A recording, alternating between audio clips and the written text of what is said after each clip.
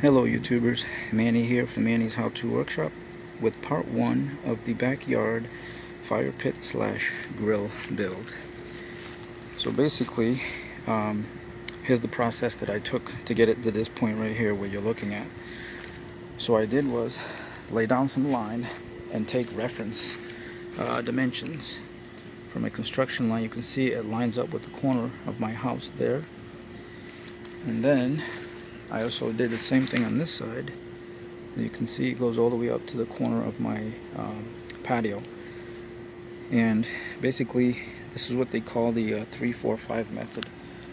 You measure 3 feet in this direction, 4 feet in that direction. Doesn't matter which direction. And then you mark it on those points when you get there, and then you measure the diagonal, and it should be 5 feet. Basically, what that does, it gives you a reference point to make sure that you're square against the reference point, which is the corner of there and then the corner of the house here. So what I did was I went ahead and dug my foundation for the slab that I'm going to put down, and I also went ahead and made the form using 2x4s, which is 1.5 inch by 3.5 inch, but I'm going to get a 4-inch depth because I dug it down deep enough to where I could put a layer of gravel on it and still get my 4-inch minimum depth of the slab.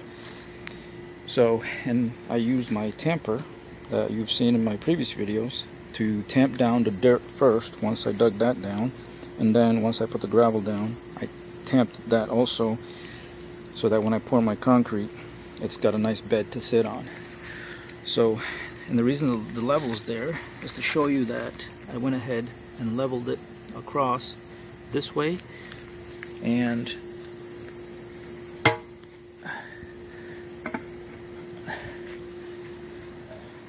this way also. And you can see over the top of the level, you can see the bubble right in the middle. Okay, so what that's going to do is give me a nice even leveled slab. Alright, and I secured it with the stake here, stake there, and then 2 stakes, one in that corner and one in that corner, that I screwed some screws into. Those are actually tent stakes, military tent stakes. And these here, it's nice because you can use hand clamps. That's on my work table over there. Clamp it there, tap it up, get your level, tap it, and then I pre-drilled a hole there and a hole there and put some screws this way and that way to hold it in place. And the form also, I used some T25 exterior screws to hold the form together. Alright, so this is the concrete mix I'm going to be using. Here is 3.5 bags. I had like 3.5 bags sitting in that corner over there under the tarp, but when it rains, the moisture, it was getting crunchy, so I had to put it in my mixing trough right there, the plastic one that I'm pointing to, crush it down to get it to where it's viable again for me to use. And I did the calculations for 4-inch depth, 32 by 32, which is my inside dimension. I'm going to need 4 bags and a little bit, and I happen to have 3.5 more bags inside my shed, so I got plenty of concrete to finish the job. And I'm also going to use my cement mixer to go ahead and mix it up for me.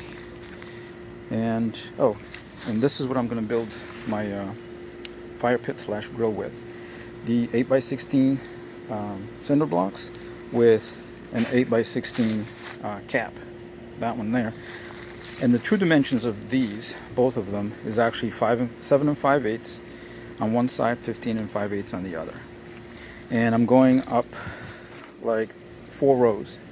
So it's going to be 32, it's going to be 24 this way, 32 that way, and then 32 up.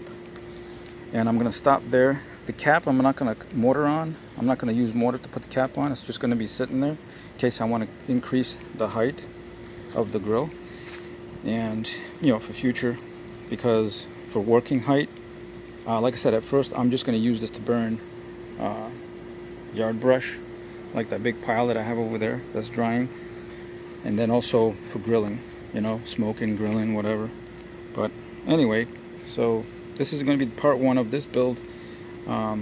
Once I start mixing the concrete and laying it down, and also it's going to be a rough finish with a wooden float, because like I said, I'm going to be mortaring the cinder blocks on top, so I don't need to finish the edges, because later on in the future I'm going to tie in to this side and then this side also from this direction, because I'm going to make this whole area a patio coming from my what do you call it, patio there, my sunroom, which I'm going to refinish with a continuous roof that's going to go from this corner to here and then back that way.